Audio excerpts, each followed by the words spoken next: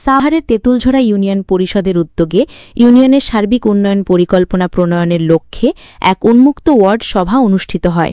বিস্তারিত ডেস্ক রিপোর্টে। সাভার তেঁতুলঝরা ইউনিয়ন ৬ নং ওয়ার্ডের স্থানীয় জনগণের উন্মুক্ত ওয়ার্ড সভা অনুষ্ঠিত হয়।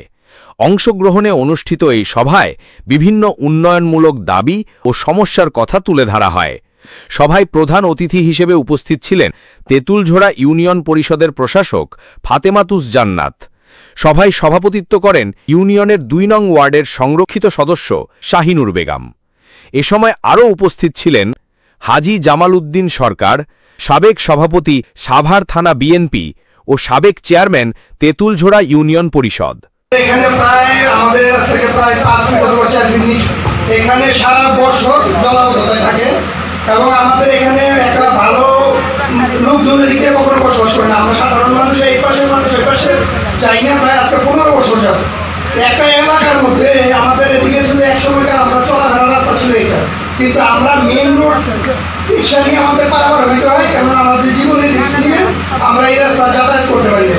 কেন এটা সবসময় জলাবদ্ধতার মধ্যে থাকে। Mohammad Faruk Hossain, Tetuljhora union BNP. স্থানীয় গণ্যমান্য ব্যক্তিবর্গ আনোয়ার হোসেন, আবুল কাশেম, আব্দুল খালেক সহ আরও অনেকে। সভায় সাধারণ মানুষ তাদের এলাকার বিভিন্ন সমস্যা তুলে ধরেন। বিশেষ করে ৬ নং ওয়ার্ডের রাস্তা ও ড্রেনের সংস্কারের বিষয়টি গুরুত্বের সঙ্গে আলোচনায় আসে। আমরা এই দেশের বাসিন্দা, যাদবচর গ্রামবাসী। আমার রাজনীতি গুরু হাজী জামাল উদ্দিন সরকার এখানে যে পিচ ঢালাটা করে দিছিল, এরপরে মনে করেন এই রাস্তার ২ টাকার কাজ হয়েছে কিনা আমরা দেখিনি। এরপরে মনে করেন এইখানে এই বৃষ্টি লাগবে না, এমনি যে বাসার যে বাথরুমের পানি, ড্রেনের পানি, এটা দিয়ে এখান থেকে নৌকা পাওয়া যায়।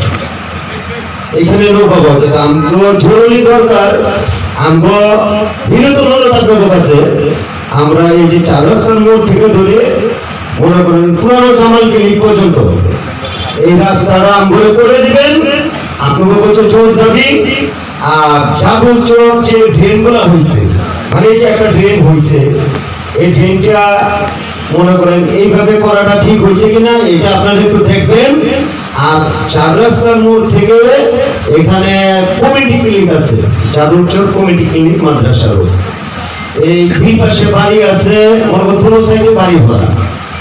আজকে এই যে যেমন জলিল মাতবর, ওনার মনে করেন এখানে বাড়ি বসে আজকে প্রায় ২৫ বছর ৩০ বছর।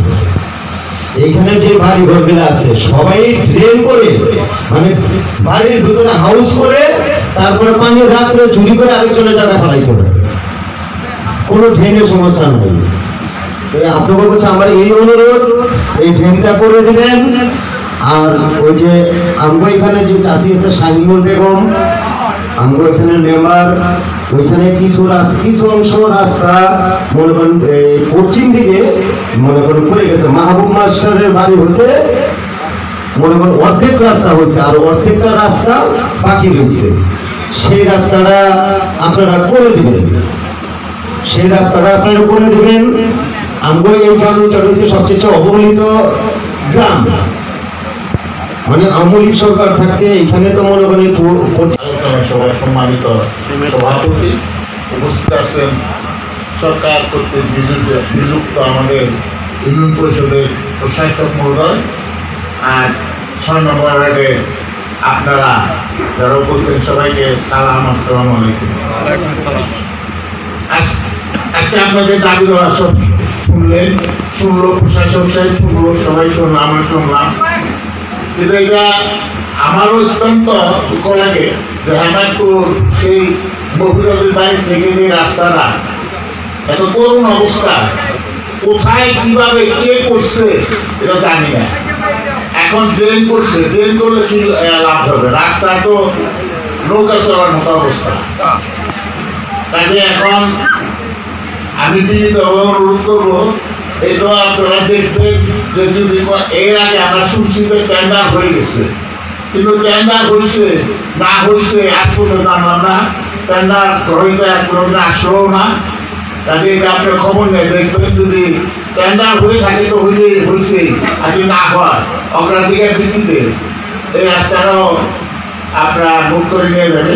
আর এই মাদ্রাসা দেখবেন বা মাদ্রাসাও দেখবেন, আপনাদের দাবি দেওয়া একসাথে তো সব কিছু করা সম্ভব না।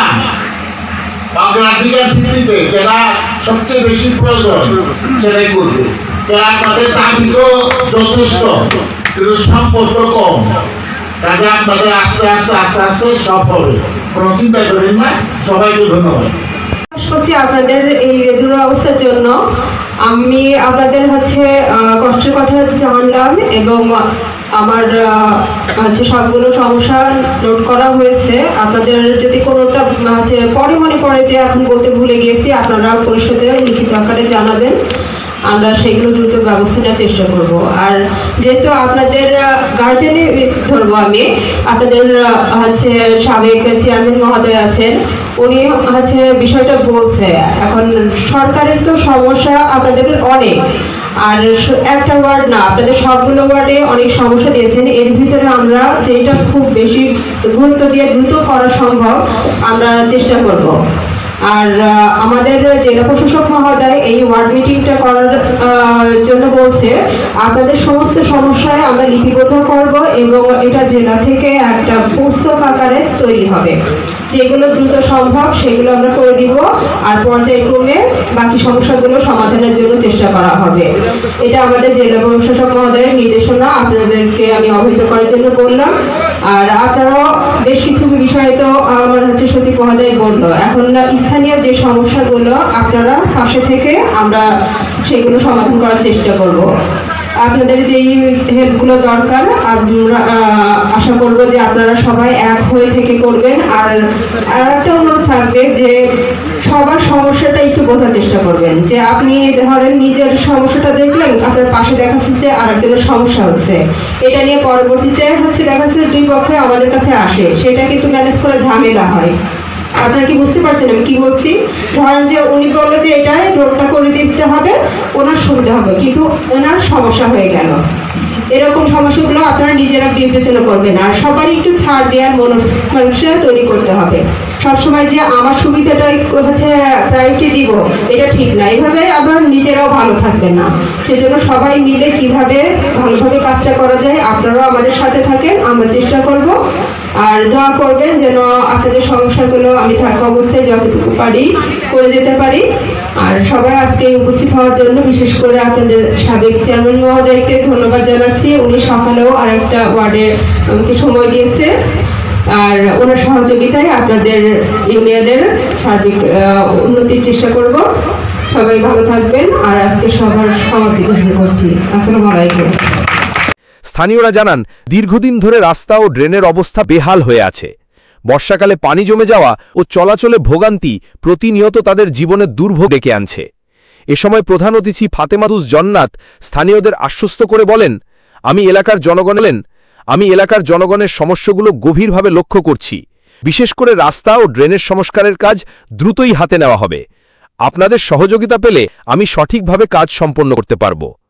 তিনি আরও বলেন, উন্নয়নমূলক কাজে শুধু ইউনিয়ন পরিষদ নয়, এলাকার মানুষকেও একসঙ্গে কাজ করতে হবে। সবাই আন্তরিকভাবে সহযোগিতা করলে তেঁতুলঝোড়া ইউনিয়নকে একটি আদর্শ ও উন্নত ইউনিয়ন হিসেবে গড়ে তোলা সম্ভব হবে। সভায় বক্তারা আশা প্রকাশ করেন, এই উদ্যোগের মাধ্যমে জনগণের দীর্ঘদিনের ভোগান্তি নিরসন হবে এবং এলাকায় সার্বিক উন্নয়ন কার্যক্রম আরও গতি পাবে। সাইমান বিজয়, বাংলা নিউজ, ঢাকা।